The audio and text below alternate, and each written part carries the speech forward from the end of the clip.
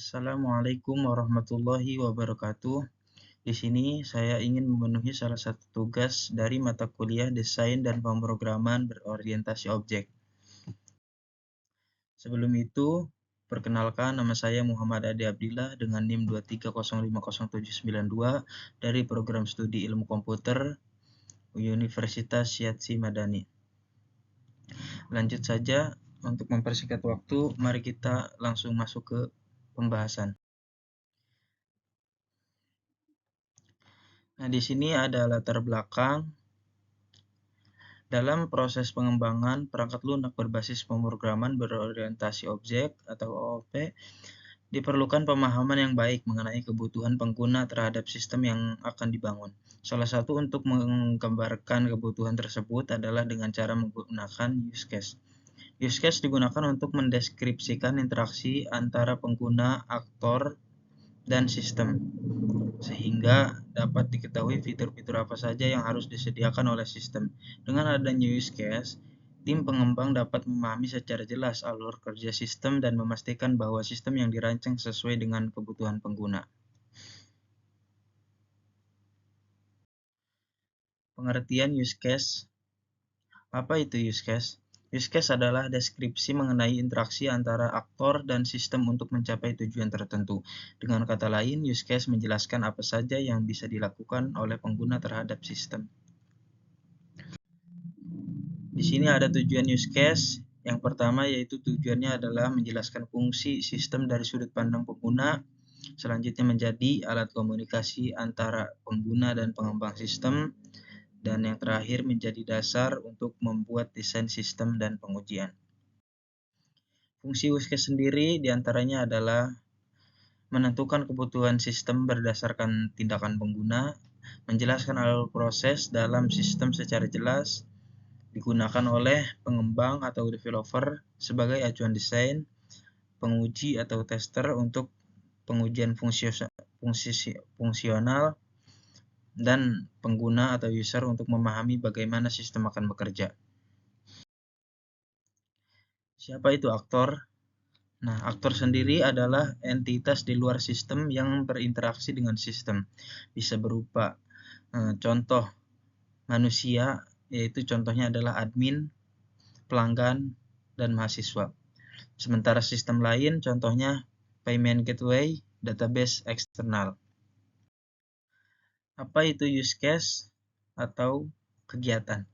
Use case itu sendiri adalah aktivitas atau layanan yang disediakan oleh sistem saat berinteraksi dengan aktor. Contohnya dalam aplikasi perpustakaan. Di sini ada mahasiswa, terus use case-nya login, cari buku, dan pinjam buku. Selanjutnya ada admin, use case-nya adalah tambah buku dan hapus buku. Hubungan dalam use case, yang pertama ada association, yaitu hubungan langsung aktor use case. Contoh manusia cari buku. Yang kedua ada include, selalu dilakukan. Use case A selalu memanggil use case B. Contohnya login di-include oleh pinjam buku. Dan hubungan use case yang terakhir adalah extend atau opsional atau diperluas. Use case tambahan yang dilakukan jika kondisi tertentu terpenuhi. Contohnya adalah cetak struk bisa extend dari bayar.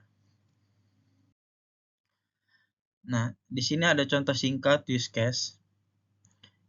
Aktornya adalah mahasiswa, sedangkan use case-nya adalah login, cari buku, dan pinjam buku. Aktor yang kedua adalah petugas. Use case-nya adalah login, tambah buku, dan hapus buku. Di sini ada diagram dasarnya. Bisa kita lihat contoh diagramnya. Nah, di sini ada penjelasannya. Yang pertama, aktor mahasiswa yang di sebelah kiri.